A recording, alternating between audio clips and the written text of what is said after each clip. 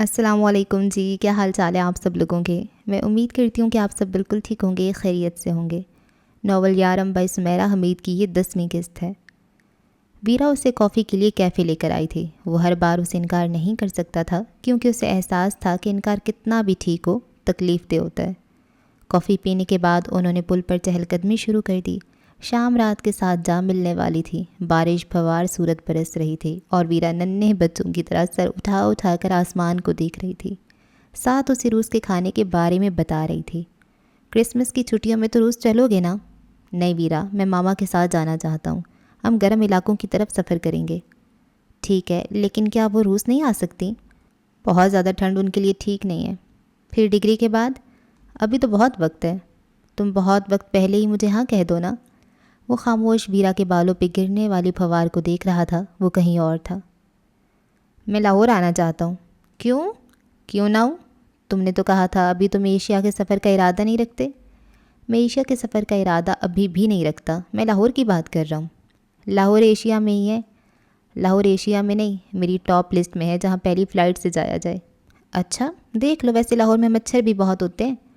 تم مجھے مچھروں سے ڈرا رہی ہو؟ ہاں، تم یہی کر رہی ہو۔ بالکل نہیں، صرف خبردار کر رہی ہوں۔ تم نے ڈینگی کا نام سنے؟ اس کے کاٹتے انسان فوراً سے پہلے مر جاتا ہے، بالکل چھٹ پٹ۔ تو لاہور میں ایسا فوری مار دینے والا ڈینگی ہے؟ ورنہ 2-3 گھنٹے تو دنیا کا ہر ڈینگی مچھر دے دیتا ہے مرنے کے لیے۔ ہمارے پاس VIP ڈینگی ہے، اپنے رسک پہ لاہور آنا، مجھ سے شکایت نہ کرنا۔ کیا وہ لاہور والوں کو نہیں کاٹتا؟ نہیں، یہی تو اس کی خصوصیت ہے، وہ غیر ملکیوں پہ حملہ آور ہوتا ہے۔ جب میں لاہور جاؤں گا تو کیا میں بھی غیر ملکی ہوں گا اس کے لیے؟ ڈینگی کے لیے؟ نہیں، لاہور کے لیے۔ روس کی برف کو جانتے ہو نا؟ پھر نہ کہنا بتایا نہیں۔ ہاں، اس کے کاٹنے سے انسان مر جاتا ہے۔ ہاں ہاں ہاں، برف کاٹتی نہیں آلیان۔ ہلکی سی جھرجھری کا وہ شکار ہوا، وہ ویرا تھی اور ہنستی جا رہی تھی۔ میں نے تو ولید کو اتنا لمبا عرصہ سنا بھی نہیں تھا۔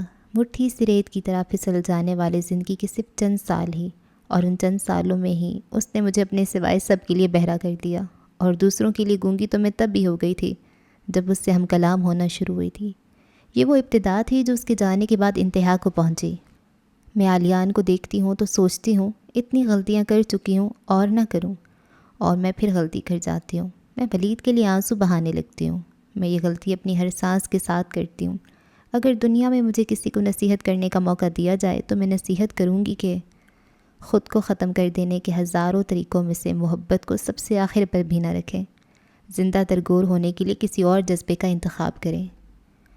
مجھے اس ایک کمرے کے گھر میں وہ ہر وقت چلتا ہوا نظر آتا ہے۔ میں پیدائشی اندھی ہو جاتی، لیکن ایسی اندھی نہ ہوتی کہ مجھے میرا بیٹا نظر نہ آئے، لیکن اسے دھتکار دینے والا شخص ہر جگہ نظر آئے۔ تو کیا مجھے ایسی بے اختیاری پہ کوڑے نہیں برسانے چاہیے؟ عالیہ نے اپنی ہتھیلی میں بارش کی پھوار سمیٹی۔ ٹھیک ہے، ہم ضرور چلیں گے ویرا۔ اپنی بے اختیاری کو اس نے بھی معاف نہ کیا۔ چند دنوں بعد وہ رات کو شٹل کاک آیا اور ماما مہر کی گود میں سر رکھ کر لیٹا رہا۔ وہ چھت کو دیکھ رہا تھا، پھر وہ دیوار پہ ٹنگی تصویریں دیکھنے لگا، پھر اس کی نظریں کھڑکی سے باہر بھٹکنے لگیں۔ کیا تلاش کر رہے ہو؟ آپ کو کچھ بنا کر کھلاؤں؟ سعید ٹھیک کہتا ہے، وہ باتیں بدلنے میں ماہر ہو چکا ہے۔ رات کے اس وقت؟ کیا وقت ہوا ہے؟ تمہیں آیا آدھا گھنٹہ گزر چکا ہے اور تم ایسے خاموش ہو کہ مجھے لگ رہا ہے کہ تم نے کئی دنوں سے کسی سے بات نہیں کی۔ عین بتا رہی تھی یونی میں بھی تم ایسے ہی رہتے ہو۔ منہ کھولو اور مجھے اپنی زبان دکھاؤ، اس میں ضرور کوئی مسئلہ ہوگا۔ اس نے فرمانبرداری سے منہ کھول کر زبان دکھا دی۔ اب کھڑکی کے پاس جاؤ اور زور سے چلاؤ، مجھے معلوم ہو کہ تم میں کتنی قوت باقی ہے۔ وہ کھڑکی کے پاس آیا۔ باہر امراہ کھڑی اسی کھڑکی کی طرف دیکھ رہی تھی۔ بظاہر اس کے ہاتھ میں فون تھا اور وہ ٹھنڈ میں ٹہل رہی تھی۔ چلانا پڑنا، آ جاؤ۔ وہ واپس آ کر بیٹھ گیا۔ این کو آپ نے میرے پیچھے جاسوسی کے لیے لگا رکھا ہے؟ اسے چھوڑو، یہ بتاؤ کتنے مشینے سے کیوں ہو رہے ہو؟ تم میں جو خاصی نرمی کا عنصر ہوا کرتا ہے وہ کہاں ہے؟ کیا میرا رویہ برا ہے؟ برا نہیں، عجیب، سہما دینے والا۔ کیا یونی میں پھر کسی لڑکی نے تمہیں پروپوز کر دیا جس سے انکار کر کے تمہیں اس کا دل توڑنا ہے اور تم اس کے لیے حساس ہو رہے ہو؟ نہیں، اس نے ہنسنے کی کوشش کی۔ تو کیا تم نے کسی کو پروپوز کیا اور اس نے انکار کر کے تم سے ان 8-10 لڑکیوں کے بدلے لے لیے ہیں؟ کرسمس کی چھٹیوں میں میرے ساتھ چلیں گی ماما؟ مجھے کہاں کہاں سنبھالتے پھرو گے؟ کال، تم، ویرا، امراہ سب مل کر جانا۔ آپ ہر بار انکار کر دیتی ہیں۔ انکار نہیں کرتی، تمہیں پریشان نہیں کرنا چاہتی۔ کیا تم مجھے سویڈن لے کر جانا چاہتے ہو؟ ہرگز نہیں، مجھے سویڈن نہیں پسند۔ تم کتنا بدل رہے ہو عالیان، جب تم واپس آئے تھے تو تم نے کہا تھا وہ بیان غیر حقیقی تھا ماما، حقیقت یہ ہے کہ اب مجھے کبھی سویڈن نہیں جانا۔ تمہیں جلد شادی کر لینی چاہیے بس، اس سے پہلے کہ تمہیں سب غیر حقیقی لگنے لگے۔ میں ایک نارمل انسان ہوں ماما، فکر نہ کریں، میں اب نارمل نہیں ہوں گا۔ تمہیں امراہ کیسی لگتی ہے؟ آپ کو ویرا کیسی لگتی ہے؟ اس نے فوراً کہا۔ ویرا؟ جی، وہ ایک سمجھدار لڑکی ہے۔ اس کی سب سے بڑی خوبی یہ ہے کہ وہ انسانوں کی عزت کرنا جانتی ہے۔ اس کی دوسری بڑی خوبی یہ ہے کہ وہ انسانی نفسیات کو بہت اچھی طرح سے سمجھتی ہے۔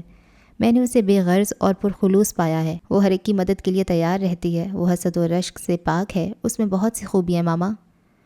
تم نے ویرا کی بات ایک دم سے ایسی کی جیسے اس کی وکالت کر رہے ہو، لیکن میری سمجھ میں نہیں آیا کہ یہ وکالت تم نے میرے لیے کی یا خود اپنے لیے۔ اس آخری بات نے عالیان کے چہرے کی سبھی رنگ نچوڑ لیے۔ عالیان، دنیا میں کوئی ایسا انسان نہیں جو مجھے ناپسند ہو، کیونکہ میں کسی نہ کسی طرح سے قابل نفرت انسانوں سے بھی محبت کرنے کا راستہ نکال لیتی ہوں، اور مجھ پہ یہ گراہ نہیں گزرتا۔ میں کسی سے نفرت نہیں کرتا ماما، سوائے ایک کے۔ ہم کتنوں سے محبت کرنے کے قابل ہو چکے ہیں، اس سے زیادہ اہم یہ ہے کہ ہم کتنوں سے نفرت کر رہے ہیں۔ انسان محبت میں کوڑا ہو نہ ہو، نفرت میں کوڑا ضرور ہونا چاہیے۔ کوئی نقطہ، کوئی نشان نہیں ہونا چاہیے اس جذبے کے نام پر۔ میں اس شخص سے محبت نہیں کر سکتا، میں مارگریٹ نہیں بن سکتا۔ میں صرف اسی کی تو بات نہیں کر رہی۔ انہوں نے بہت سنجیدگی سے اسے دیکھا۔ پھر مجھے پتہ نہیں آپ کس کی بات کر رہی ہیں۔ مجھے ڈر تھا علیان کہ ایک دن تم ضرور مارگریٹ کو لے کر بہت سوچا کرو گے۔ ماما کے بارے میں سوچنا برا ہے کیا؟ مارگریٹ کے بارے میں سوچنا نہیں، بس اس کے ساتھ جو ہوا اس کے بارے میں سوچنا۔ تم میری اولاد ہو، تمہاری آنکھوں کی پتلی کی حرکت بھی پہچانتی ہوں میں۔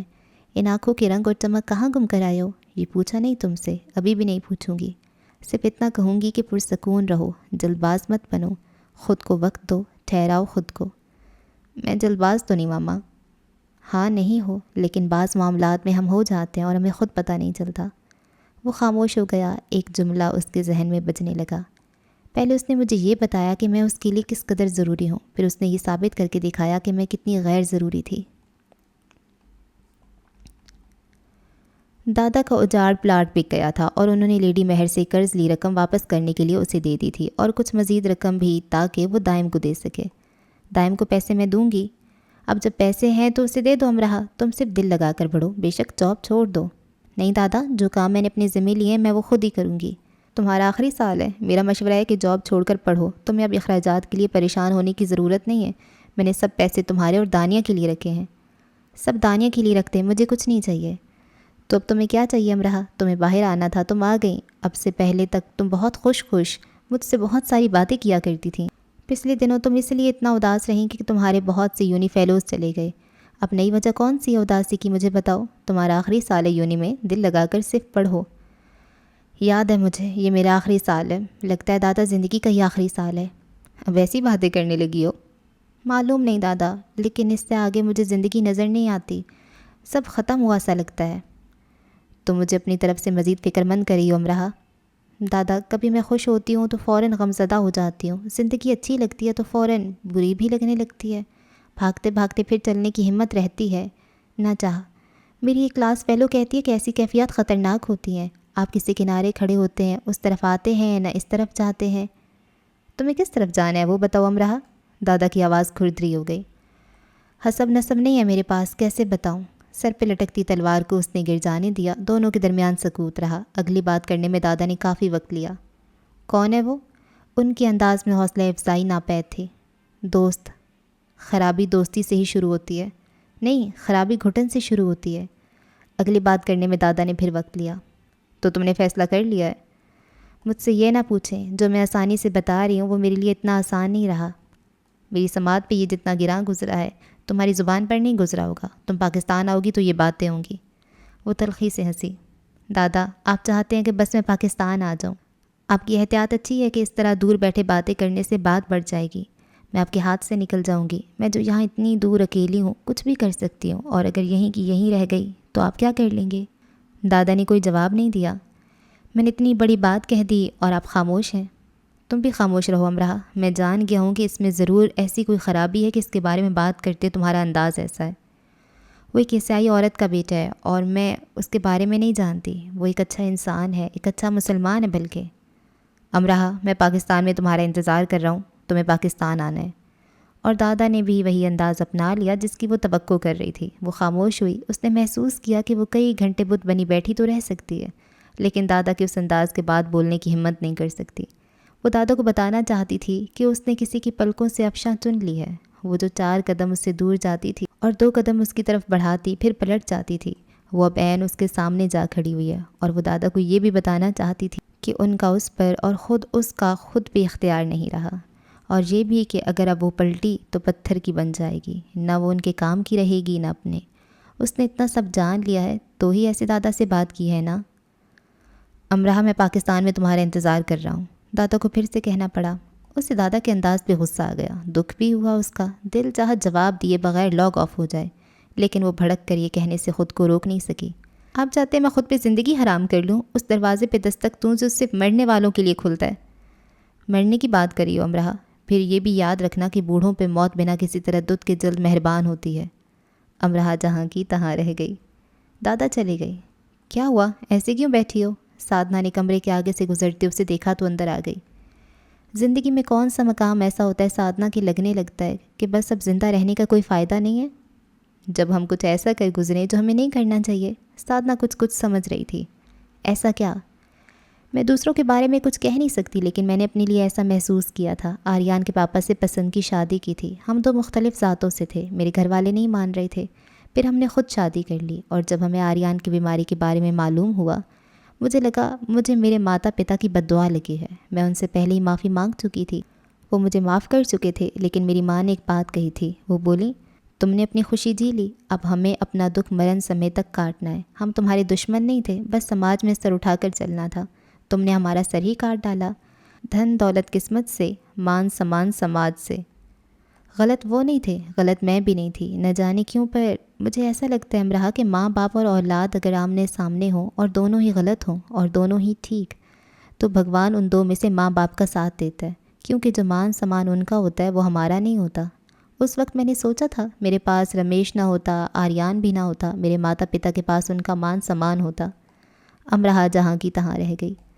اگلے دنوں دادا نے اس سے بات چیت ہی بند کر دی۔ وہ کتنی ہی فون کالز کرتی، وہ فون نہ اٹھاتے، لاگ آن نہ ہوئے۔ یہ ان کی ناراضی کا عملی ثبوت تھا۔ صرف ابھی بات کرنے پر امرا کو ایسی صورتحال کا سامنا تھا، اس نے فیصلہ سنا دیا تو وہ جان دے کر ثبوت دیں گے کہ دیکھو 2 ضدیوں میں سے اس بڈھے ضدی کی جیت ہوئی۔ دانیہ نے اس سے بات کی۔ کیا کہا ہے دادا سے تم نے ایسا؟ وہ تو کسی سے بات ہی نہیں کر رہے۔ میں نے ان سے پیسے لینے سے انکار کیا تھا۔ اب وہاں جا کر تم اتنی بڑی ہو گئی ہو امرا کہ دادا کو انکار کرنے لگی ہو؟ تمہاری تو جان ہے دادا میں، ہے نا؟ دانیہ طنز کر رہی تھی۔ یہ بات اسے تھپڑ کی طرح لگی۔ وہ اعلان کیا کرتی تھی کہ دادا اس کی جان ہے، تو اب اس جان کا خیال کیوں نہیں رہا اسے جذباتی بلیک میل نہیں کر رہے تھے، بس پرانے وقتوں کے آدمی تھے تو اتنی بڑی بات سنبھال نہیں سکے۔ عیسائی ماں، لاپتہ باپ، گھر نہ خاندان، نام نہ نشان۔ وہ ان پیغامات کو کس دل سے آلیان کو دیتی جو کئی راتوں سے وہ لکھ رہی تھی؟ وہ دادا کی جان پہ رحم کرتی تو اپنی جان کا کیا کرتی؟ دادا سے بات کرنے سے پہلے ہی تو اس نے ان پیغامات کو آلیان کو دینے کی کوشش کی تھی، اور اچھا ہی ہوا اس نے انہیں نہیں لیا۔ یہ تمہارے لیے چند پیغامات میں نے بہت جرأت سے لکھے ہیں، پلیز انہیں پڑھ لو، انہیں بھی سیف روم میں جا کر لگا دو۔ دنیا دکھاوے کے لیے نہیں ہے یہ آلیان، ان میں جو لکھا ہے وہ میں ہارٹ راک میں سن چکا ہوں، ان میں جو لکھا ہے وہ سنا گیا ہے نہ کہا۔ امرا اب تمہیں جو کہنا ہے وہ سننے کے لیے میں خود کو موجود نہیں پاتا۔ تم کس قدر ضدی ہو آلیان؟ ہاں میں بہت ضدی ہوں۔ تم نے کہا تھا تم مجھ سے محبت کرتے ہو۔ کرتا تھا اور بکواس کر رہا تھا۔ جھوٹ بول رہے ہو نا تم، جھوٹ۔ ایسی بات ہی تو سائی کے منہ سے پال کے حملے کا سن کر تم اپسیٹ کیوں ہو گئے تھے؟ پال مجھ پہ دوبارہ حملہ نہ کرتے تم اسٹور سے گھر تک مجھے چھوڑنے کیوں آتے رہے تھے؟ رافیل کو تم نے جھیل میں دھکا دے دیا کیونکہ وہ بار بار مجھے تنگ کر رہا تھا۔ کال کو تم نے فائر کر کے گرایا تھا کہ میں ریس جیت لوں۔ اتنے سارے سچ ہیں اور تم جھوٹ بول رہے ہو۔ تم خوش فہمی میں مبتلا ہو امرا۔ کارل پہ فائر کرنے کے لیے مجھے ویرا نے کہا تھا، وہ جانتی تھی اگر تم ہار گئی تو دوبارہ کبھی کسی سے مقابلہ نہیں کر سکو گی، وہ ہر حال میں تمہیں جیتا ہوا دیکھنا چاہتی تھی۔ کارل کے ساتھ کوئی بھی یہ کرنے کے لیے تیار نہیں تھا تو میں نے کر دیا، صرف ویرا کے لیے۔ صرف ویرا کے لیے؟ امرا کے کانوں میں سائیں سائیں ہونے لگی۔ تم نے کبھی یہ غور ہی نہیں کیا کہ دوسرے تمہارے لیے کیا کچھ کرتے ہیں، انہیں تمہاری کتنی فکر ہے؟ تمہیں صرف اپنی نادانی کی فکر ہے۔ پال نے تم پہ حملہ کیا، مجھے یہ جان کر دکھ ہوا، تمہاری جگہ کوئی بھی ہوتا مجھے دکھ ہوتا۔ کارل نے خاص جا کر پال کو سمجھایا، یعنی اسے بھی دکھ ہوا۔ ایسا ہونا نارمل ہے، اور جے پیٹرسن کے کہنے پہ ہم 3 لوگ تمہیں گھر تک چھوڑتے رہے تاکہ پال دوبارہ ایسی حرکت نہ کرے۔ خود جے پیٹرسن کتنی ہی راتیں ڈیوٹی دیتا رہا ہے، یہ میری ڈیوٹی تھی امرا، اور رافیل کو صرف اس لیے دھکا دیا کیونکہ وہ پرینک کا ماسٹر مائنڈ تھا، اس نے ماما کو اداس کر دیا تھا۔ یہ سب جھوٹ ہے آلیان، یہ سب تم خود کرنا چاہتے تھے، خود۔ جو میں خود کرنا چاہتا ہوں وہ صرف اتنا ہے کہ میں تم سے دور رہنا چاہتا ہوں۔ جن سے ایک بار محبت ہو جائے ان سے نفرت کرنے کا گناہ نہیں کرنا چاہیے، جن سے ایک بار دھتکار ملے ان کے پاس پلٹ کر جانے کا جرم نہیں کرنا چاہیے۔ میری زندگی کی سب سے بڑی غلطی پریڈ میں تمہارے پیچھے آنا تھا، میں تمہارا کھلونا نہیں ہوں امرا۔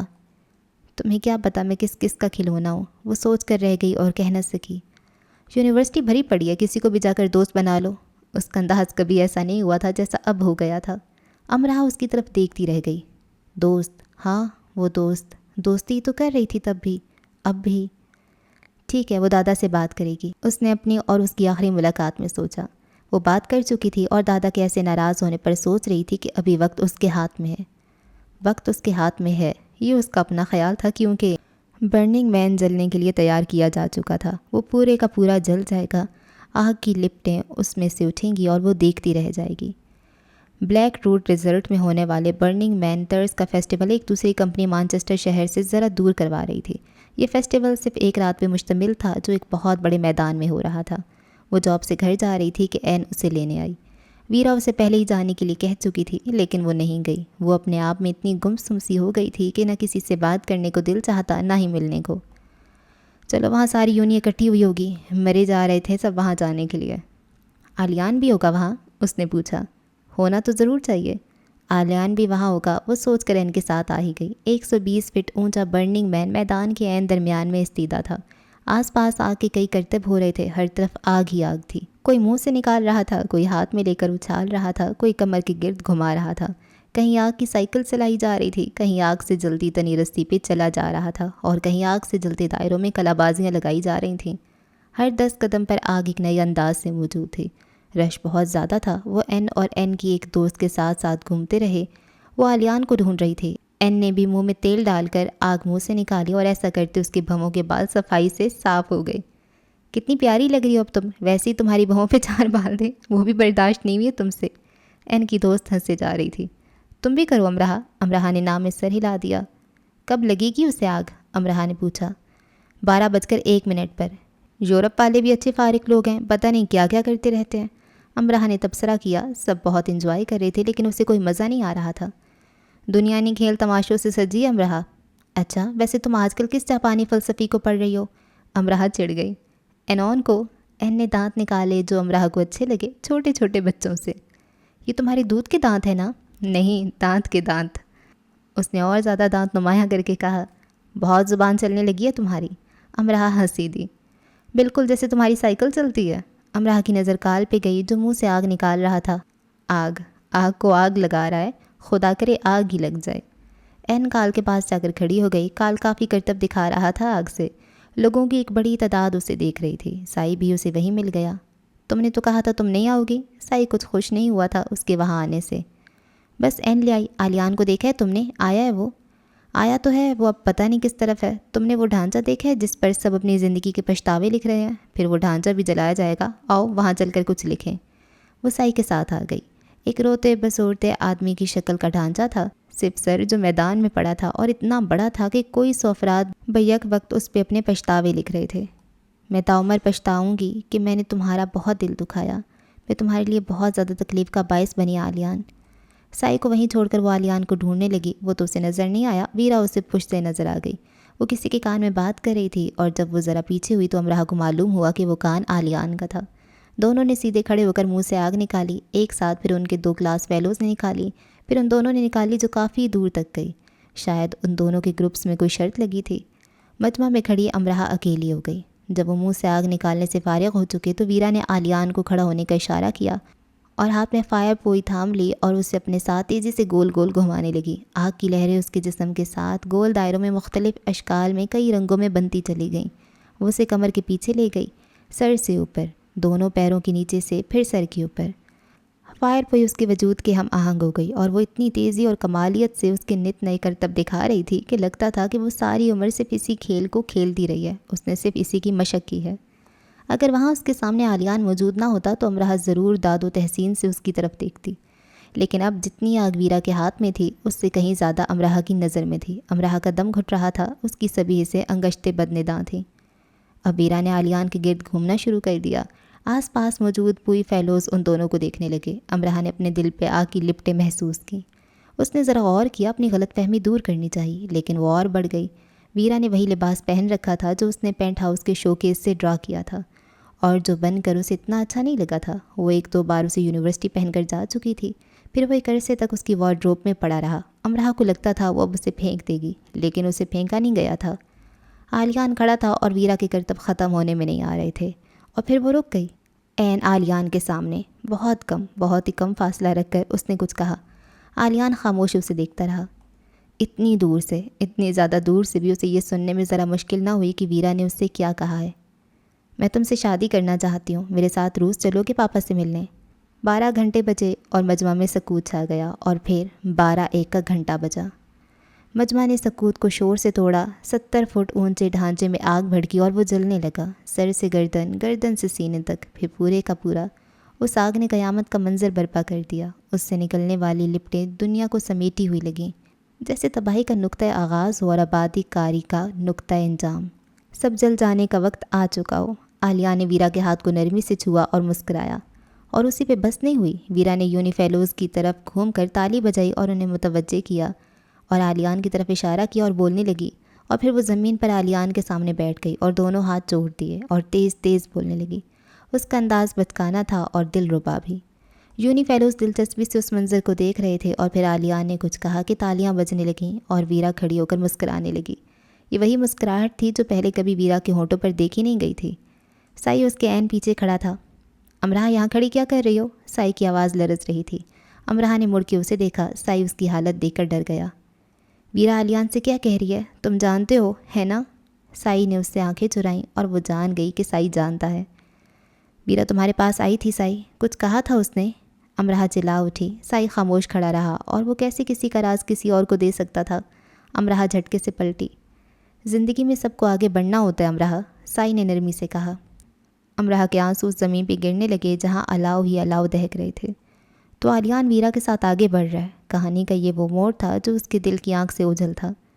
اگر ہم کچھ نہیں پا سکتے تو ظاہر ہے اسے کوئی اور پا لیتا ہے۔ سائی کے لیے مشکل تر ہو گیا اس کی طرف دیکھ کر بولتے رہنا۔ امراہ تیزی سے آگے بڑھی۔ کہاں جا رہی ہو امراہ؟ گھر۔ اتنی جلدی؟ دیکھو ابھی تو برننگ مین جلنا شروع ہوا ہے۔ اس نے اس کا دل بہلانے کی اپنی سی کوشش کی۔ وہ تو کب کا جل چکا۔ وہ آگے بڑھ گئی، رش کو پرے کرتی ہوئی، رش سے پرے ہوتے ہوئی۔ سائی اس کے پیچھے لپکا، لیکن اس کی رفتار کے ساتھ اسے پا نہ سکا۔ ایک چنگاری اڑتی ہوئی اس کے فرشی دوپٹے پہ گر گئی۔ یہ تو ہونا ہی تھا، وہ بڑبڑائی۔ کیا یہ ہونا تھا؟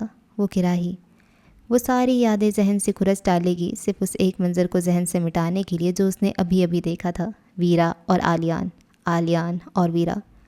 وہ اسے پسند کرتی تھی، وہ یہ جانتی تھی۔ وہ اسے شادی کے لیے پسند کرے گی، وہ یہ نہیں جان پائی۔ امراہ تمہارا دوپٹہ، این چلائی۔ اس کے دوپٹے کا فرشی پلو آگ پکڑ چکا تھا، اس کے بال بھی پیچھے سے جل چکے تھے۔ کیا ہوا، نظر نہیں آ رہا؟ این اس کا دوپٹہ زمین پہ رگڑ رہی تھی۔ آ رہا ہے نظر، جل گئی ہوں میں۔ سب ہاؤ واؤ کر رہے تھے، چنگاریاں اڑ رہی تھیں، ہر طرف آگ ہی آگ تھی۔ امراہ سنو، کیا ہوا ہے تمہیں؟ این نے اس کی حالت پہ غور کیا۔ اسے جواب دیے بغیر وہ چلی آئی، آگ سے بھرے میدان کو پار کر کے۔ اس سے باہر نکل کر اسے ٹیکسی کے لیے دور تک چل کر جانا تھا۔ وہ لمبی سڑک پہ پیدل چلنے لگی۔ اس کی پشت پہ برننگ مین استیدا تھا۔ اسے لگا وہ ہاتھ اٹھا کر اس کی طرف اشارہ کر رہا ہے۔ وہ دیکھو وہاں بھی کوئی جل رہا ہے، اور مجھ سے زیادہ جل رہا ہے۔ وہ مجھ سے پہلے جل کر راکھ ہو جائے گا۔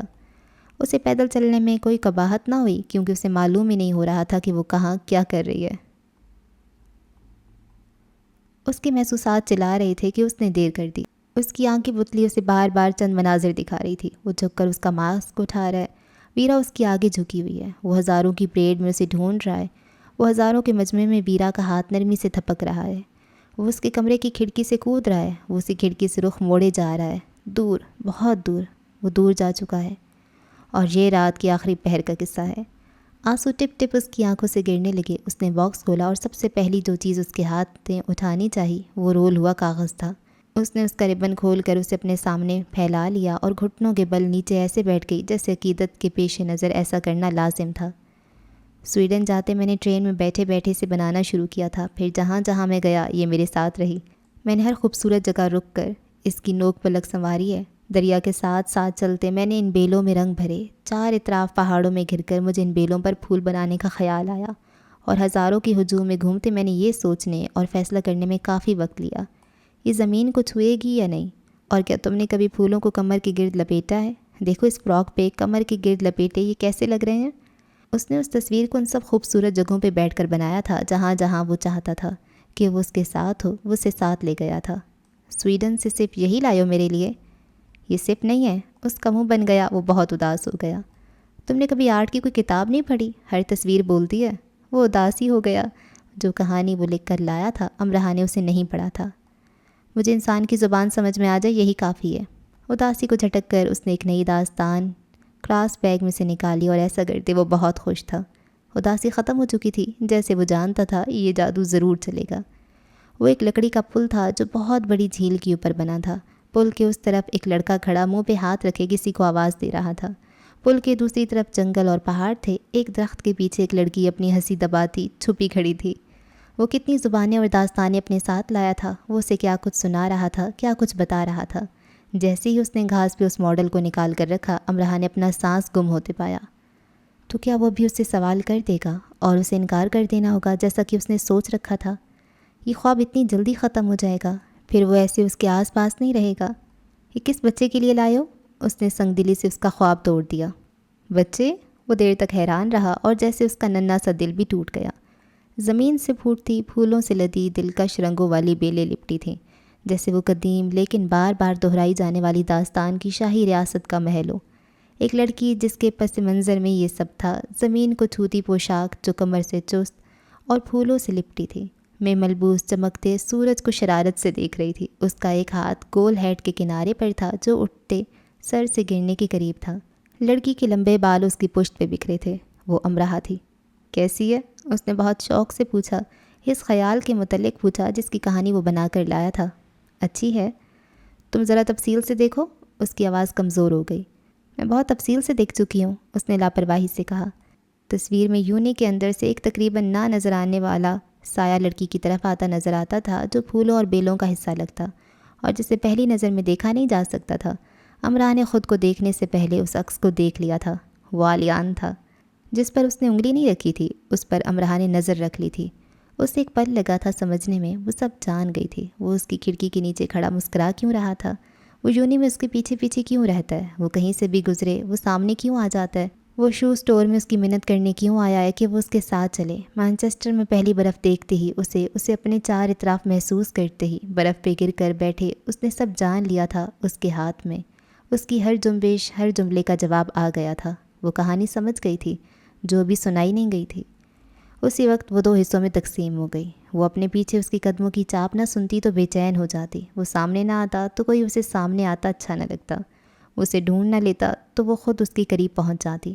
جس جگہ وہ اسے ہائی کہنے کے لیے کھڑا ہوتا اس جگہ کو وہ بہت دور فاصلے سے ہی اپنی نظروں میں رکھتی۔ وہ فاصلوں سے اسے دیکھتی اور قریب جانے پر لاپرواہ بن جاتی۔ تو یہ کھلونا نہیں ہے، اس نے مزید اس کا دل توڑ دیا۔ وہ اس کی مشق بہت پہلے سے ہی کرتی رہی تھی۔ نہیں، یہ ایک تصور کی عملی صورت ہے امرہ، اسے چھوا جا سکتا ہے، سمجھا جا سکتا ہے اور بدلا بھی جا سکتا ہے۔ دیکھو پل کے اس طرف کھڑا یہ لڑکا اس لڑکی کو آواز دے رہا ہے جس کے ساتھ اسے مچھلی کا شکار کرنا ہے یا جھیل کے پانی میں پیر ڈبو کر بیٹھنا ہے اور سورج کو چڑھتے اور ڈھلتے دیکھنا ہے یا جنگل کی طرف ہاتھ پکڑ کر لے جانا ہے اور تتلیوں کے پیچھے بھاگنا ہے۔ تو کھلونا ہی ہوا نا، تتلیوں کے پیچھے بچے ہی تو بھاگتے ہیں۔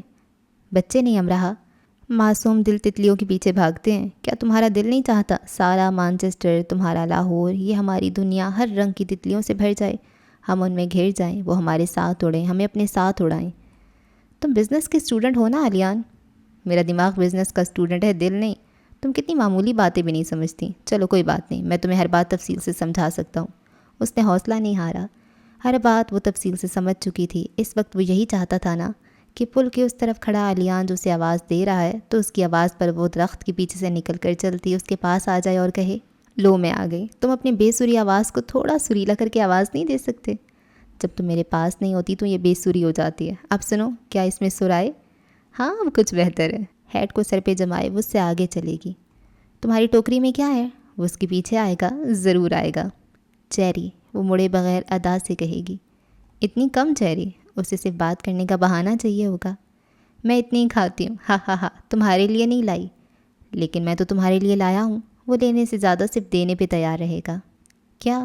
اب وہ پلٹے گی، اسے دیکھے گی۔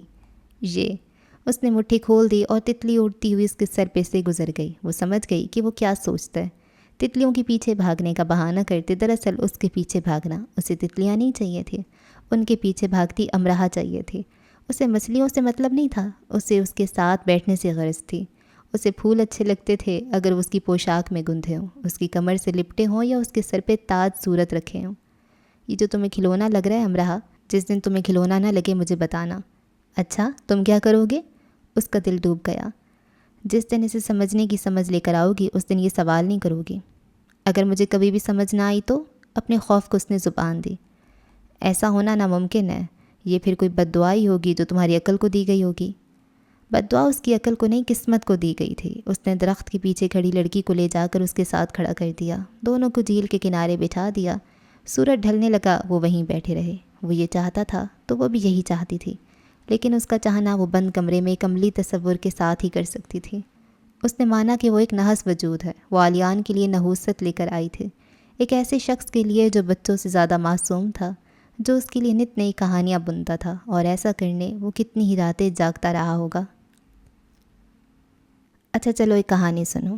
رات کو یہ بہانہ کرتے کہ وہ بس اس کے اسٹور کے سامنے سے گزر رہا تھا، وہ گھر تک کے لیے اتفاق سے اس کا ہمراہی بن گیا اور راستے میں سے کہانی سنانے لگا۔ تم سب کو کہانیوں کا اتنا شوق کیوں ہے؟ سنتے بھی ہو، سناتے بھی ہو۔ کہانی کا بہانہ کر کے وہ رات کو اس سے ملنے آیا تھا یا کہانی کے لیے بہانہ بنایا تھا؟ امراہ اس سے پوچھ لینا چاہتی تھی۔ ہم فرشتے ہیں نا؟ فرشتے؟ ہاں، بچے فرشتے ہی تو ہوتے ہیں۔ شٹل کاک سے کتنی ہی دور پہلے وہ اسے بس سے لے کر اتر گیا۔ کتنے سٹاپ پہلے تم اتر گئے؟ وہ چلا اٹھی۔ ڈاکٹرز کہتے ہیں اگر رات کو چہل قدمی کر کے سویا جائے تو بہت گہری نیند آتی ہے۔ یقیناً ڈاکٹرز میں سے ایک ڈاکٹر عالیان ہوں گے۔ ہاں ہاں ہاں، تمہیں میری باتوں پہ یقین کرنے کی عادت ڈالنی چاہیے۔ مجھے تمہارے جھوٹ پکڑنے کی کوشش کرنی چاہیے۔ چلو کہانی سنو۔ ایک جادوگرنی نے ایک شہزادے کو جادو سے غائب کر دیا۔ غائب مطلب وہ موجود ہے لیکن کسی کو دکھائی نہیں دیتا۔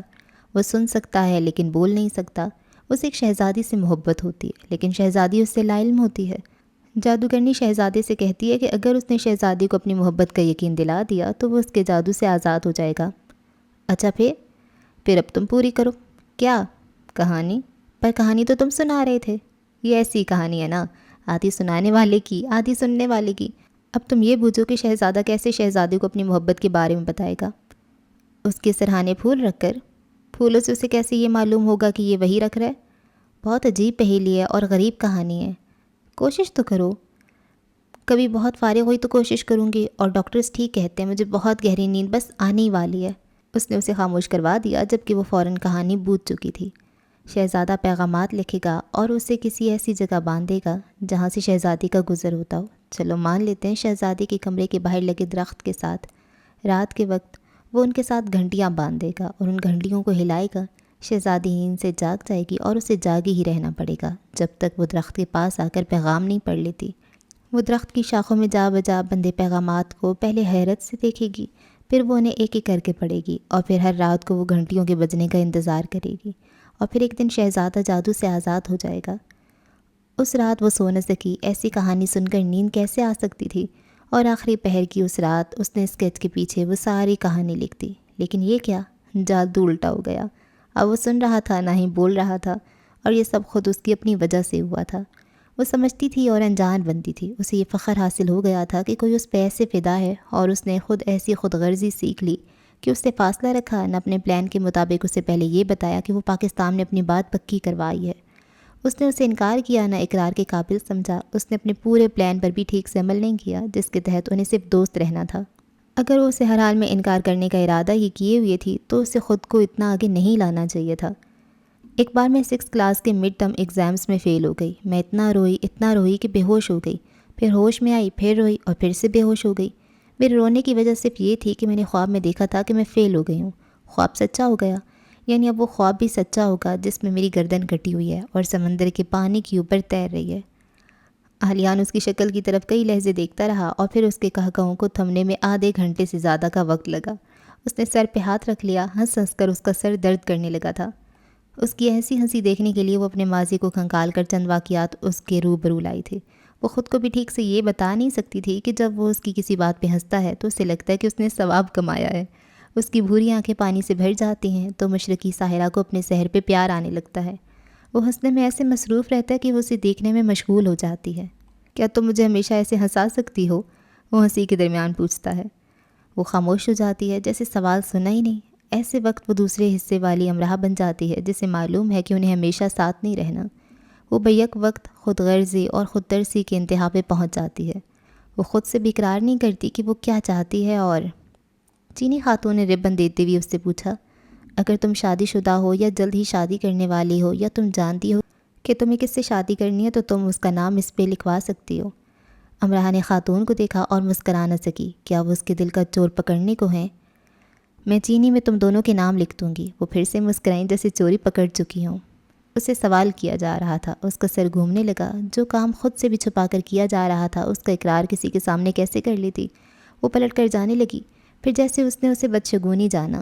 جب دل میں کوئی ہو تو سب شگون اور بدشگونوں کے حساب رکھنے لگتا ہے۔ وہ خطرہ مول لینا نہیں چاہتا۔ پھر وہ تہوار کا موقع تھا، پھر تہواروں پر ویسے ہی بہت سی اجازتیں دے دی جاتی ہیں، تو اس نے خود کو یہ اجازت دے دی۔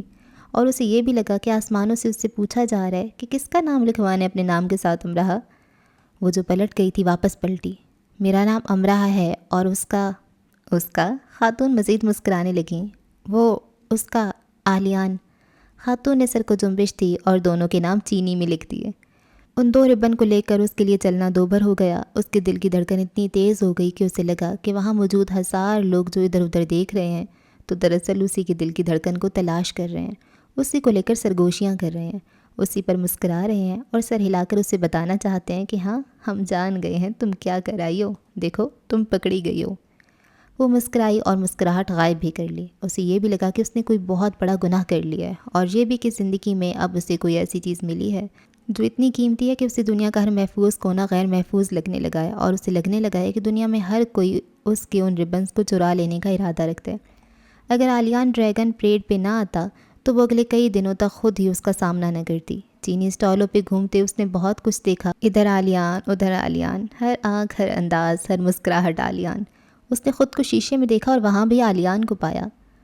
ہم اچھے دوست بنے رہیں گے، پھر میں پاکستان چلی جاؤں گی۔ اگر اس نے کچھ کہا تو میں کہہ دوں گی میری بات میری کزن کے ساتھ طے ہے۔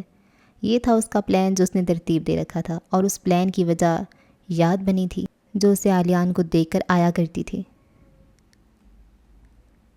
جب تک اسے کوئی نوکری نہیں مل جاتی تم اسے رکھ لو واجد، جب ایک بار کہہ دیا نہیں تو نہیں۔ کیوں اتنے انتہا پسند بن رہے ہو؟ جی میں ہوں انتہا پسند، اور کیا سننا ہے مجھ سے؟ انسان کو اتنا سخت دل نہیں ہونا چاہیے۔ میرے اپنے اصول ہیں، آپ مداخلت نہ کریں بابا۔ اصول ہیں، شریعت نہیں کہ بدلی نہ جا سکے۔ شریعت ہی سمجھ لیں، شریعت ہی سمجھ لیں۔ یہ جملہ اس کے کانوں میں اس وقت ضرور گونجتا جب اس کی نظر آلیان پر پڑتی۔ ان کی کالونی کا چوکیدار عیسائی تھا، اپنے بیٹے کی نوکری کے لیے پریشان تھا، جو ایک ٹانگ سے معذور تھا اور صرف بیٹھنے والا کام ہی کر سکتا تھا۔ اس کے 2 بچے تھے اور اس کے گھر کے حالات ٹھیک نہیں تھے۔ جہاں وہ پہلے کام کرتا تھا وہ نوکری کسی وجہ سے جاتی رہی۔ چوکیدار دادا کے پاس کئی بار آیا تھا کہ بابا اسے عارضی طور پر اپنی شاپ میں رکھ لیں، لیکن بابا نے لاکھ منت پر بھی نہیں رکھا۔ چند ہزار دے دیے کہ اس کی امداد کر دیں۔ امداد ہی لینی ہوتی تو نوکری کرنے کے لیے تڑپ نہ رہا ہوتا۔ دادا نے پیسے واپس کر دیے۔ جو اپنی شاپ پر ایک عیسائی لڑکے کو ملازم نہیں رکھ رہے تھے، وہ ایک عیسائی عورت کے بیٹے کو گھر میں داماد ہونے کی حیثیت سے گھسنے دیتے۔ جسے نوکری نہیں دی تھی اسے بیٹی دیتے، جس کے لیے ضد نہیں توڑ رہے تھے اس کے لیے روایت توڑتے۔ وہ آلیان کو پاکستان لے جاتی اور اس کی تذلیل کرواتی۔ اور رات کے آخری پہر کی اتنی ہی کہانی ہے کہ گھٹنوں کے بل وہ زمین پہ جھکی اس تصویر کو سینے سے لگائے رو رہی ہے، جس میں نظر آتے اس کے محیب عکس کو اس نے پینسل سے گہرا کر لیا ہے۔ وہ ڈریگن کے ماسک تلے بھی روتی رہی تھی۔ وہ جیسے جان گئی تھی کہ اب اسے رونا ہی ہے۔ وہ روتی رہی کیونکہ وہ جانتی تھی اسے اس سے الگ ہی رہنا ہے۔ اسے دوستی کے لیے منا لے گی، محبت تک بات نہیں لائے گی۔ لیکن اب اس رات برننگ مین کو اپنی پشت پہ دور چھوڑتے وہ بات محبت تک لے آئی تھی۔ اس نے اس بار محبت کا ترازو ہاتھ میں پکڑا تھا اور دونوں طرف آلیان کو بٹھایا تھا۔ خوف کو دل میں ہی لیے وہ بے خوف ہو کر آگے بڑھی تھی۔ ہاں ابھی تو اس نے وہ دھن تشکیل دینی شروع کی تھی جو آلیان کے وجود سے پھوٹتی روشنی سے مل کر رقص گناہ ہونے کو تھی۔ ابھی تو اس نے اس کی آنکھوں پر تنی کمانوں کے کناروں سے جا ملنے کی ٹھانی تھی۔ اس نے انہیں تصور میں کتنی ہی بار اپنی پوروں سے چھوا تھا۔ آلیان کو روک کر اسے ساکت کر کے ابھی تو اسے سامنے بٹھا کر دیکھتے رہنے کا کمل آسن جمایا تھا۔ سسکیوں نے سناٹے سے ہم کلام ہونا چاہا، وقت نے بے دردی سے بھڑ جانا چاہا، تقدیر نے ترہم کے آنسو ٹپکائے۔ اندھیرے آگے سے روشن ہوتے اس راستے پر چلتے خلیفہ نے اپنی داڑھی کو بھیگ جانے دیا، جسے ساری عمر دیکھتے رہنے سے اس کا جی نہیں بھرنے والا تھا۔ اب وہ اسے آخری بار دیکھ آیا تھا۔ وہ جو عشق مجازی میں آقا تھا، وہ عشق حقیقی کی باندی کو چھوڑ آیا تھا۔ اب وہ محبوب کی محبوب کو پانے نکلا تھا۔ رات کے ایسے آگ آگ ہوتے پہر میں لامنزل چلتے خلیفہ نے ایک بار بھی مڑ کر پیچھے نہیں دیکھا۔ اس کا دل دائمی جدائی کے خوف سے کرلا رہا تھا۔ اس کی سیاہ داڑھی سفید ہونے جا رہی تھی، اور عشق اس پہ یہ جائز نہیں کہ غفلت بڑھتی جائے۔ نار کو پیچھے چھوڑتے نار کو وجود میں لیے اسے لگا وہ تب سے چل رہی ہے جب سے پیدا ہوتی ہے۔ آخر اس کا سفر کب ختم ہوگا بھی یا نہیں؟ اس کے پیروں کے ساتھ اس کے آنسوؤں نے جو سفر کیا ہے وہ کہاں جا کر رکے گا اب؟ کئی ٹیکسیاں اس کے قریب سے گزر گئیں، اس نے کوئی ایک بھی نہیں لی۔ وہ کوٹ کے کالر سے اپنی آنکھیں رگڑتی رہی، اسے کچھ دکھائی نہیں دے رہا تھا۔ وہ کئی بار گرنے لگی تھی، اسے اپنی آنکھیں صاف رکھنی تھیں۔ اس کی آنکھیں صاف ہونے میں نہیں آ رہی تھیں، اس کے کانوں میں لفظوں کی دھمال مچی تھی۔ مجھ سے شادی کرو گی امرہا؟ مجھ سے شادی کرو گی امرہا؟ شریعت ہی سمجھ لیں، حسب نسب لے کر بیٹھنا۔ اس ایک شہزادی سے محبت ہوتی ہے، لیکن شہزادی اس سے لا علم ہے۔ میرے ساتھ روس چلو گے پاپا سے ملنے؟ میں تمہارا کھلونا نہیں ہوں امرہا، اب تمہیں جو کہنا ہے وہ سننے کے لیے میں خود کو موجود نہیں پاتا۔ جن سے ایک بار دھتکار ملے ان کے پاس پلٹ کر جانے کا جرم نہیں کرنا چاہیے۔ اور اس کا وہ گیت جو پورا بنا گیا تھا نہ آدھا، وہ سڑک پر اس کے قدموں تلے بکھرتا چلا گیا۔ لفظوں کی دمال میں گرلانے لگا۔ آغا بہار کی آمد ہے، سانسیں معطر ہونے لگی ہیں، مرتسم ہے دھنک بھی آنکھوں میں، نیا جہاں دل میں سجنے لگا ہے، اب وہ سجنے لگا ہے۔ ٹیکسی کو بمشکل روک کر وہ اس میں بیٹھ سکی اور گھر آ گئی، اور اس سامان کو پیک کرنے لگی جسے ساتھ لے کر اسے پاکستان جانا تھا۔ اپنے سامان میں اس نے سب سے پہلے چھپا کر رکھے باکس کو نکال کر رکھا۔ وہ پہلی فلائٹ سے ہمیشہ کے لیے پاکستان جانے کے لیے خود کو تیار کر چکی تھی، کیونکہ وہ جان چکی تھی اس نے اس شخص کو کھو دیا ہے جسے اب کوئی اور پا چکا ہے۔ امرہا زندگی میں کبھی دوبارہ آلیان کو دیکھ سکے گی؟ کیا آلیان ہمیشہ کے لیے امرہا کو اپنی زندگی سے نکال چکا ہے؟ امرہا اس کے بغیر کیسے جی پائے گی؟ اس کے بیگ بیڈ پہ رکھے تھے اور وہ بری طرح سے ہانپ رہی تھی۔ تیاری ہو چکی ہے خود کو یہاں سے لے جانے کی؟ وہ اپنے کمرے کی اس کھڑکی کی طرف دیکھنے سے گریز کر رہی تھی جہاں سے کبھی وہ کودا تھا۔ وہ جذبات کے اس کنارے پہ کھڑی تھی جہاں سے سب کچھ ٹوٹتا پھوٹتا ہی نظر آتا ہے۔ ایک دیوانے کی سی کیفیت جو اپنے وجود کی پاتال میں اتر کر ایڑیاں رگڑنے لگتا ہے، دہن سے کرب انگیز آوازیں نکالتا ہے اور عالم دیوانگی میں خود کو ادھر ادھر پٹختا ہے۔ خود پہ حملہ آور ہو چکی کپ کپی کو ناتواں کرنے کے لیے اس نے اپنے گرد بازو لپیٹے۔ یہ انتہا تھی جانکاری کی، عروج کہیں پیچھے رہ چکا تھا، محبت اس سے بہت آگے نکل چکی تھی۔ وہ عالم فنا میں تھی، دنیا میں بہت کچھ ضروری ہوگا لیکن آلیان سے پہلے نہیں، اس سے پہلے سب فنا ہی ہوگا اور اس کے بغیر بھی۔ عالم یقین کے پٹ اس پہ واہ ہوئے اور اس نے جانا کہ وہ اس سے جدا ہونے کی متحمل ہو سکتی ہے اگر زندہ ہی نہ رہے۔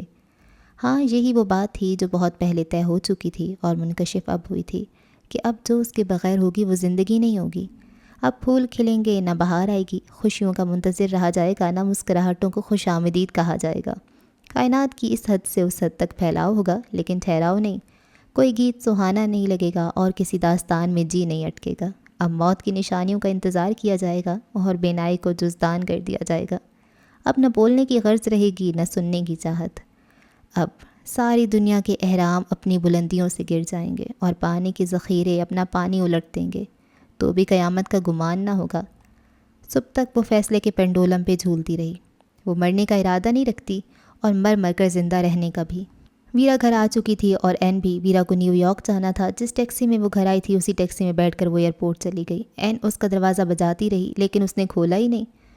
تم نہ صرف خود پاگل ہو بلکہ دوسروں کو پاگل کر دینے کی طاقت بھی رکھتی ہو۔ دروازے کے باہر این تیز آواز میں بڑبڑا کر چلی گئی۔ وہ رات بھر اسے فون کرتی رہی تھی لیکن اس نے اٹھایا نہیں تھا۔ وہ سمجھی وہ وہیں کہیں ہوگی لیکن وہ گھر پہ تھی۔ بہت صبح وہ شٹل کاک میں کسی کے بھی اٹھنے سے پہلے یونی آ گئی اور باہر سے ہی اس کے گرد چکر لگاتی رہی۔ سڑکیں سنسان تھیں اور یونیں بھی۔ وہ حسرت سے اس عمارت کو دیکھ رہی تھی جس کی یاد آنے پر وہ سختی سے آنکھیں میچ لیا کرے گی۔ اپنی سانس کو متوازن رکھنے کے لیے اسے خود سے گہری گہری سانسیں لینے پڑ رہی تھیں۔ اس عمارت کے اندر جاتی اس کی نئی زندگی نے سانسیں لینی شروع کر دی تھیں اور اس عمارت سے باہر ہوتی ہی وہ نئی سانسیں آخری سانسیں لینے لگیں گی۔ ادھر ادھر کسی پارک میں بیٹھے، فٹ پاتھ پہ چلتے کافی شاپس کی شیشوں کی دیواروں سے اندر جھانکتے اور مانچسٹر پہ آخری اڑان بھرتے، جیسے پرندے کو دیکھتے اس نے کافی وقت گزار لیا اور پھر وہ اپنے اسٹور آ گئی۔ تمہاری ڈیوٹی تو شام میں نہیں؟ مینیجر نے پوچھا۔ اسٹور روم میں کچھ جوتے ہیں، وہ مجھے خریدنے ہیں، وہ ذرا اٹک کر بولی۔ ٹھیک ہے خرید لو۔ وہ اسٹور روم میں آ گئی اور وہ جوتے اٹھا لائی جسے عالیان نے پہن کر دیکھا تھا، اور جو بعد ازاں اس نے ایسی جگہ چھپا دیے تھے کہ کوئی اور ورکر انہیں دیکھ کر خرید ہی نہ سکے۔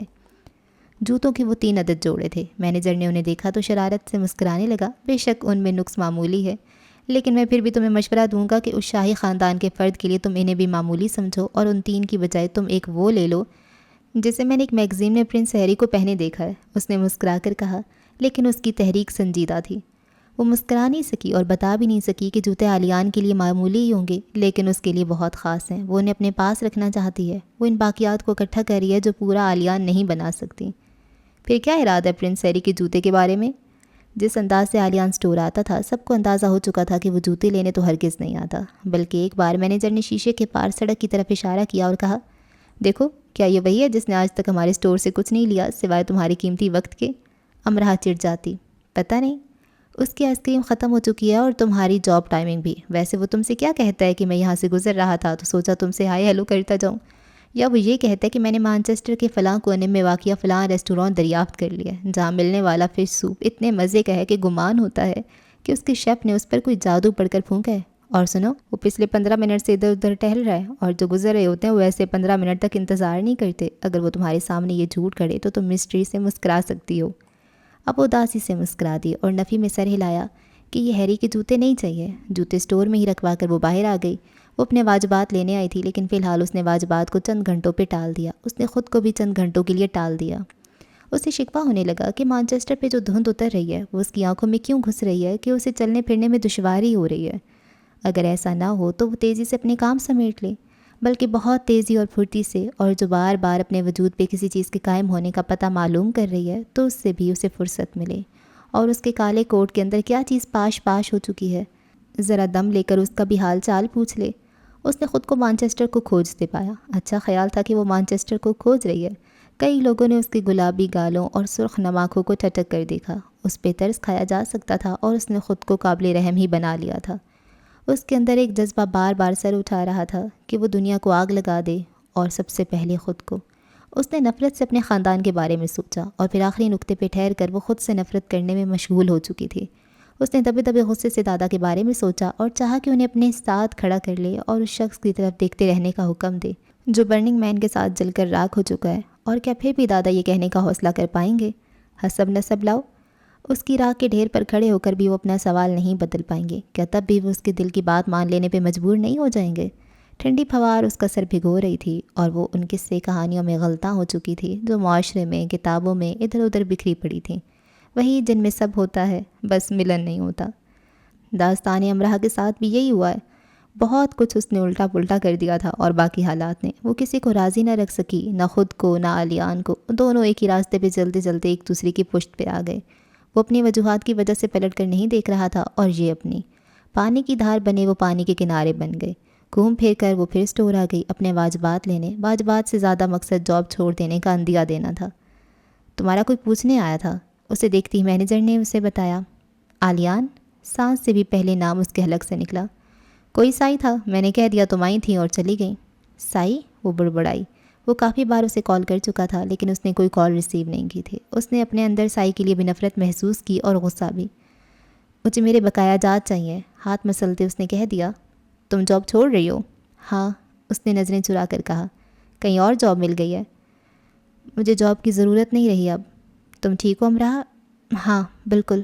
بیٹھ جاؤ امرہ، مینیجر نے نرمی سے کہا۔ وہ شیشے کی دیوار کے پاس رکھے اسٹول پہ بیٹھ گئی اور گیلی سڑک کو دیکھنے لگی۔ کہیں جا رہی ہو؟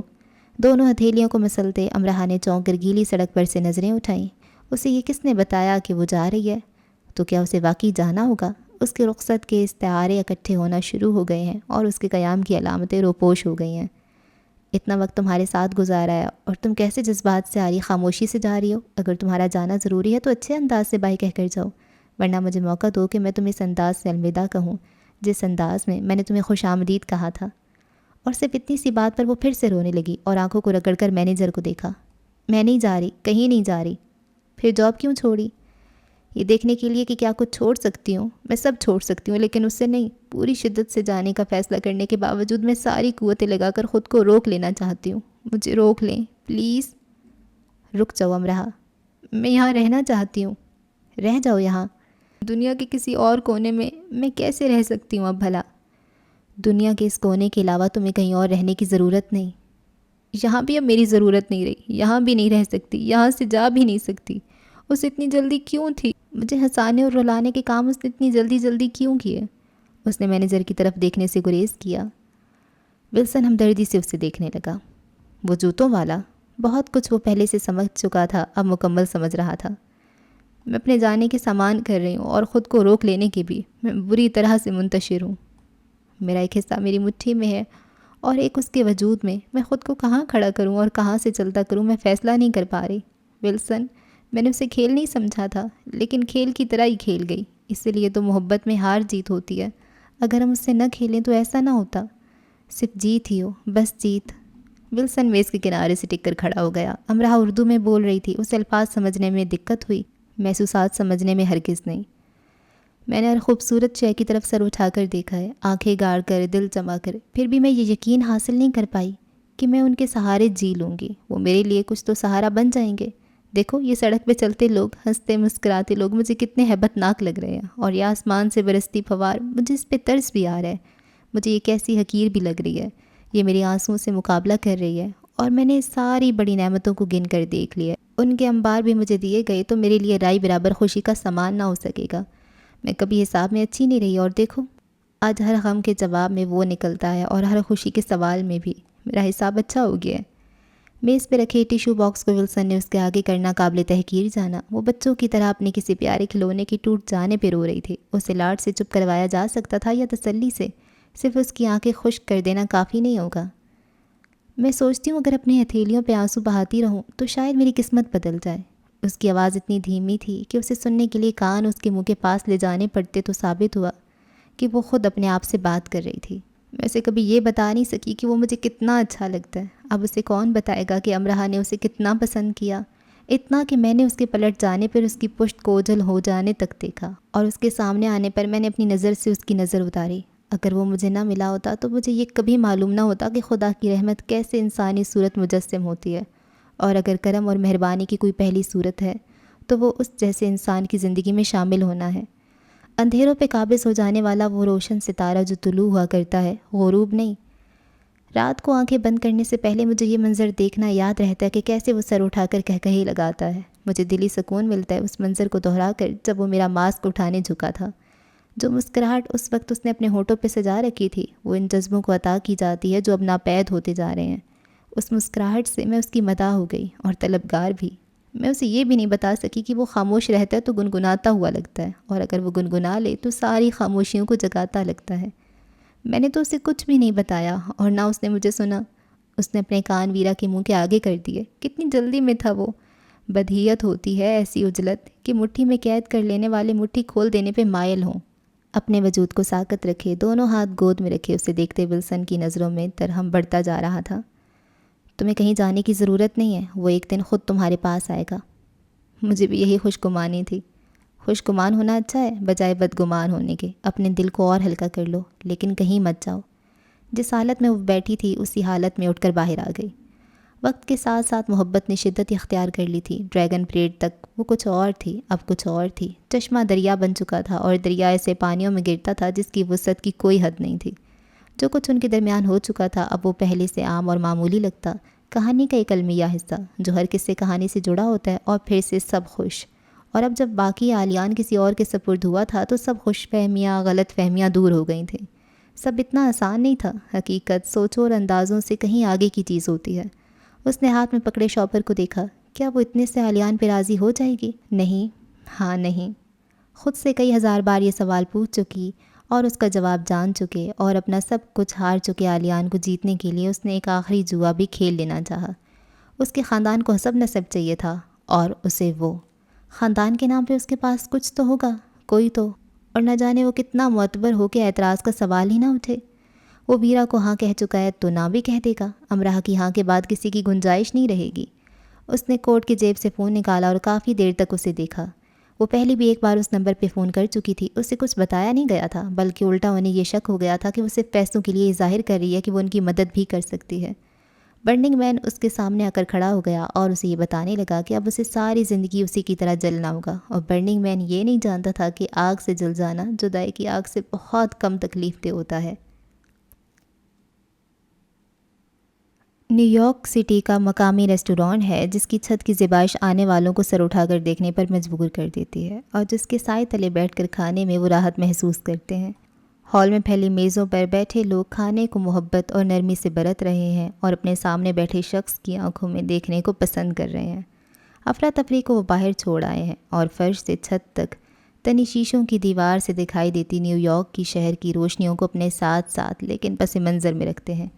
وہ بلندی پر ہیں اور یہی تو انہیں پسند ہے. سامنے ہال کی اس دیوار کے سامنے جس پہ مقامی مصور نے اپنے شاہکار ثبت کیا ہے کہ 2 فٹ اونچی ڈائز پر مائک کے سامنے سفید فراک میں ملبوس وہ کھڑی ہے، ویرا. میری شام بنام آلیان، اس نے یہ فکرہ مسکرا کر کہا، لیکن وہ آواز کو زیادہ بلند نہیں کر سکی اور اس نے اپنی نظریں میزوں پہ سجی بلوری شمعوں پر بھٹک بھٹک جانے دی. پہلی بار میں تب چونکی تھی جب اسائنمنٹ بناتے میں تھک کر رک گئی اور ہاتھ میں پکڑے پین سے میں نے آلیان لکھا اور پھر میں نے صفحے کو اس نام سے بھر دیا اور میں ذرا نہیں تھکی. اپنے علاوہ کسی اور کا نام لکھنا، یہ کام کرنا مجھے اچھا لگا. پھر جب وہ نوٹ پیڈ میرے لیے بیکار ہو گیا تو بس میں نے اسے ایک صفحے کو نکال کر سنبھال لیا. ریسٹوران اپنے قیام کے سالانہ تقریبات کا ایک سلسلہ شام بنام منا رہا تھا اور وہاں موجود لوگوں سے درخواست کی گئی تھی کہ وہ شخص کے نام کا اعلان کریں جو دنیا میں ان کے لیے سب سے زیادہ خاص ہونے کی حیثیت اختیار کر چکا ہے. چند سالوں بعد مجھے اپنی اس حرکت پہ ہنسی آئے گی. مجھے اب بھی آ رہی ہے، لیکن مجھے اس ہنسی پہ کوئی شرمندگی نہیں. کہہ کر وہ رک گئی. اسے اس کی ضرورت محسوس ہوئی. اسے اچھے الفاظ کا استعمال کرنا چاہیے، اس نے سوچا. میں زندگی میں اتنی پریکٹیکل رہی ہوں کہ مجھ میں وہ احساسات ہی کم ہونے لگے جو نان پریکٹیکل ہوتے ہیں. پہلے میرا خیال تھا کہ میں ایسے شخص سے شادی کروں گی جو پاپا کی طرح کا ہوگا. شاید ہر لڑکی ہی ایسا چاہتی ہے. مجھے یقین تھا کہ میں کبھی اپنے پاپا جیسے انسان سے نہیں مل سکوں گی، اور ابھی تک ملی بھی نہیں، اور اب یہ اتنا ضروری بھی نہیں رہا. مجھے ذہانت سے لینا دینا تھا اور یہ آلیان کا میدان تھا. لیکن ایک دن ایسا ہوا کہ اس کی سائیکل کے پیچھے بیٹھے جب میں نے اسے پکڑنا چاہا، اور پھر میں نے ایسا نہیں کیا کیونکہ مجھے خیال آیا کہ وہ برا مان جائے گا، اور اس خیال کے آتی مجھے خبر ہوئی کہ مجھے اس کی یہی بات اچھی لگتی ہے. وہ ہنسی اور رک گئی اور ہلکے سے گردن کو خم دیا، اور ایسا کرتے اس کے کھلے بال لہرا گئے. آج اس نے ترچھی مانگ نکال کر سامنے سے بالوں کی لٹ کو اٹھا کر اسے بل دے کر چمکدار سنہری پن لگائی تھی. وہ وہاں اپنی ساری خوبصورتیوں اور مترنم اداؤں سمیت موجود تھی. میں ابھی تک اس کی سب اچھی باتوں کی فہرست نہیں بنا سکی، اور ایسا مجھے کرنا بھی نہیں. ہاتھوں کو ہلکا سے لہرا کر اس نے ایسے اشارہ کیا کہ ہال میں ہلکی ہنسی کی آوازیں گونج اٹھیں. میرا خیال تھا کہ وہ یونی میں بس ایسے ہی مشہور ہوا ہے جیسے کہ خوبصورت اور ذہین سٹوڈنٹس ہو جاتے ہیں. پھر مجھے معلوم ہوا کہ ہر تیسری لڑکی کا اس پہ کرش ہے، اور ہر دوسری لڑکی خود کو اس پہ کرش سے بچانا چاہتی ہے، اور ہر پہلی لڑکی کے بارے میں ابھی تک جان نہیں سکی کہ وہ کیا کرتی ہوگی. ہال میں ہنسی پھر گونجی اور اس بار دیر تک گونجتی رہی. سب اسے توجہ سے سننے پہ خوش تھے، اور مجھے کبھی اس خبر کی سمجھ نہیں آئی. معلوم ہوا تو یہ کہ اس میں کچھ تو ہے، کچھ بہت زیادہ. جب اسے غصہ آتا ہے تو وہ گہری سانس لیتا ہے اور سختی سے اپنا منہ بند کر لیتا ہے، اور میرے نزدیک یہی اصل طاقت ہے. دنیا میں بہت سے ایسے لوگ ہوں گے جو ایک انسان کو اٹھا کر زمین پہ پٹخ دینے کی طاقت رکھتے ہوں گے، لیکن ایسے کتنے لوگ ہوں گے جو زبان کو ہلانے کی معمولی لیکن بے بس کر دینے والی قوت کو قابو میں رکھتے ہوں گے. میں نے جب جب اسے کچھ سنانا چاہا اسے ہمتاً گوش پایا، اسے بد مزاج اور چڑچڑاتے نہیں دیکھا. ہاں، اگر مجھے فہرست تیار کرنی ہو تو میں اس کے اخلاق کو سب سے اوپر رکھوں. وہ مضبوط اعصاب کا مالک ہے. اگر میں ایک آئرن لیڈی ہوں جیسا کہ میرے بارے میں کہا جاتا ہے، تو میں اس کے سامنے خود کو صرف انسان محسوس کرتی ہوں. وہ وہی سانچہ ہے جو لفظ انسان پہ پورا اترتا ہے. اس کی موجودگی میں وقت جلدی گزرتا ہے، اور اس کی غیر موجودگی میں وقت کو اس تک لے جانے کی تمنا کی جاتی ہے. پاپا کہتے ہیں وہ انسان بلا شبہ خوش قسمت ہوتا ہے جس کے گرد خاندان کا جھرمٹ سجتا ہے. میں اس میں اضافہ کرنا چاہوں گی کہ وہ خاندان خوش قسمت ہوگا جس کا جھرمٹ آلیان کے گرد سجے گا. اس کی آنکھوں کی چمک اتنی بڑھ گئی تھی کہ عین اس کے سر پہ لگے فانوس کی چمک کو ماند کرنے لگی تھی. تو میں نے سوچنے میں زیادہ وقت نہیں ضائع کیا. اکثر لوگ کر جاتے ہیں نا، اور میں نے اس چیز کا انتظار بھی نہیں کیا کہ وہ مجھ سے آ کر کہتا آؤ مل کر زندگی گزاریں. مجھے اندازہ تھا کہ اب مشکل سے ہی وہ کسی سے یہ کہے گا. ایک بار کہہ کر اس کے ساتھ کافی برا ہوا تھا. مجھے خوشی ہے میں نے کہہ دیا. مجھے کہہ لینے دیں کہ میں خوش ہوں اور مطمئن بھی، کیونکہ میری ماما نے ایک بار کہا تھا شادی اس انسان سے کرنی جس کی تمہیں نگرانی نہ کرنی پڑے. میں نے ابھی کہا کہ اس کے اخلاق کو میں سب سے اوپر رکھتی ہوں، تو مجھے ایسے اخلاق کے حامل انسان کی نگرانی کی ضرورت کبھی پیش نہیں آئے گی۔ مجھے یقین ہے کہ وہ انہی لوگوں میں سے ہے جو انسانوں کو استعمال نہیں کرتے کیونکہ وہ انہیں کوئی چیز نہیں سمجھتے۔ وہ جھوٹ بول لیتا ہے اور ایسے بولتا ہے کہ شہادتیں دیتا ہے کہ وہ جھوٹ بول رہا ہے۔ اس سے مل کر میں نے ایک بات سیکھی کہ بہرحال یہ انسان کے اپنے ہاتھ میں ہوتا ہے کہ وہ اپنی ذات کو کس قدر خوبصورت بنا سکتا ہے۔ اسے 3 منٹ کا وقت دیا گیا تھا جیسا کہ سب کو دیا گیا ہے، لیکن وہ 20 منٹ لے چکی تھی اور ابھی بھی بول رہی تھی۔ بولنے والا شخص خاموش ہونے کو تیار نہیں تھا تو شہر کی روشنیوں کو پس منظر میں رکھ کر بیٹھنے والے لوگ اسے روکنے پہ آمادہ نہیں تھے۔ وہاں اس شخص کا ذکر کیا جا رہا تھا، اس کے بارے میں بولتے اور سنتے وقت سے ٹھہر جانے کی گزارش کی جاتی ہے۔ مائک کے پاس کھڑے اس کے گال گلابی ہو چکے تھے۔ اس نے محبت کا لفظ استعمال نہیں کیا تھا اور کسے خبر تھی کہ اس نے یہ لفظ چھپا کر رکھا ہوا تھا۔ وہ وہاں کھانا کھانے آئی تھی، یہ سب کہنے نہیں، لیکن اگر کہہ دیا تو اچھا ہی کیا، شاید بہت اچھا کیا۔ برننگ مین نائٹ ہے اور اس کے گرد ویرا گول گول گھوم رہی ہے۔ اس کی سماعتوں نے ہونے کی چاپ سن لی تھی اور اسے صاف صاف نظر آنے لگا کہ وہ کسی اور کی زندگی میں جا رہا ہے۔ یہ آنا اور جانا، کبھی ان کے معاملے صدیوں میں طے ہوتے ہیں، کبھی پلوں میں۔ وہ ایک مرد تھا اور اس پہ یہ تصور گراں گزرتا تھا کہ اس کے سامنے اسے اپنا لینے کی خواہش کی جائے۔ یہ حق وہ اپنے پاس رکھنا چاہتا تھا، یہ رسم اسے ادا کرنی تھی۔ اسے یہ برا نہیں لگا کہ اس کا حق چھین لیا گیا، بس وہ ششتر سے رہ گیا۔ کوئی اسے اپنا لینے کی بات کر رہا ہے، ہم رہا نہیں، بس کوئی، ہاں بس وہ پھر کوئی ہی ہو۔ وہ جانتا تھا کہ وہ اپنے آپ کو اس موڑ پہ لے آیا تھا جس پر خود کو کسی اور کے حوالے کر دینا چاہتا تھا، اور دوسرے معنوں میں وہ کھیل ہی ختم کر دینا چاہتا تھا، لیکن کھیل ختم نہیں ہو رہا تھا۔ اسے ہر آواز بری لگ رہی تھی، ہر انداز پر اسے اچنبا ہوا۔ برننگ مین جل رہا تھا اور اپنی ساری تپش اس کے اندر منتقل کر رہا تھا۔ زمین پہ وہ کھڑا تھا، وہ زمین اسے کھسکتی ہوئی لگی۔ ویرا اس کے سامنے کھڑی تھی، لیکن اس منظر نے اس کا دل نہیں لبھایا۔ وہ جس کے سامنے کھڑا ہوا تھا وہ منظر ماضی کے اوراق سے نکل کر اس کے سامنے داستان بنا کر کھڑا تھا۔ آگ سے بھرے میدان کے دائرے اس کے گرد کھنچ گئے اور لاتعداد گھنٹے اس کے سر پہ بجنے لگے۔ میں تم سے شادی کرنا چاہتی ہوں۔ اس نے یہ بات سن لی تھی اور اسے یہ بات سنائی بھی نہیں دی تھی۔ یہ ایک انہونی کی ہو جانے کی سناؤنی تھی اور ایک اعلان بھی کہ جواہرات جوڑے بیش قیمت انجورے کے پیندے میں سوراخ ہو جائے تو پھر اسے یہ غرض نہیں رہتی کہ اس میں جواہرات محفوظ کیے جانے لگے ہیں یا کھنکتے سکھے۔ وہ تو بس اتنا جان لیتا ہے کہ وہ جامع طہور ہونے کا فخر کھو چکا ہے، اور یہی اعلان اس صداقت کی طرف نشاندہی کرتا ہے۔ جب پریم جل سے لبلب ہوئے پیالہ دل کے ساتھ یہ ہوتا ہے تو اسے یہ فکر نہیں رہتی کہ اس نے کیا کھو کر اب کیا ہونے کا اعزاز پا لیا ہے۔ اس کا دل اپنا فخر کھونے جا رہا تھا اور یہ کیفیت بہت ہیبت ناک ہوتی ہے۔ دل میں پہلی بار آنے والے کو ہم آخری سانس کے بعد میں نکالنا نہیں چاہتے، اس عہد کو کر کے توڑنا ہی نہیں چاہتے۔ اپنا آپ بے معنی اور بودا لگنے لگتا ہے کیونکہ ہمارا دل پڑھی جانے والی کہانی کا کوئی کردار نہیں ہے جسے پڑھتے پڑھتے اس پہ لان تان کی جاتی ہے اور اس پہ 2 حرف بھیج کر ساری ہمدردیاں باوفا پہ لوٹا دی جاتی ہیں۔ دل اپنی کہانی کاری بن کر پڑھ ہی نہیں سکتا، اور اگر ہم کسی ناقدرے کو سزا دینا چاہتے ہیں تو بہت جلد یہ جان لیتے ہیں کہ سزا تو ہم نے اپنے لیے تجویز کر لی اور تکلیف سب سے زیادہ ہم بھگت رہے ہیں۔ ناقدرہ اور ناشکرہ ہی صحیح، اس کے آگے پیچھے محبوب کا لفظ لگتا ہے، اور یہ وہ لفظ ہے جس کے وزن پہ کوئی دوسرا لفظ پورا اترتا ہے نہ آدھا۔ اس نے اپنی ماں کے بارے میں یہ فیصلہ کیا تھا کہ وہ کسی اور کو اپنی زندگی میں شامل کر لیتی تو اس کے ساتھ ایسا نہ ہوتا۔ امرہ پر یہ الزام لگایا کہ وہ ولید البشر جیسی ہے اور خود اپنے بارے میں فیصلہ اسے اب کرنا تھا۔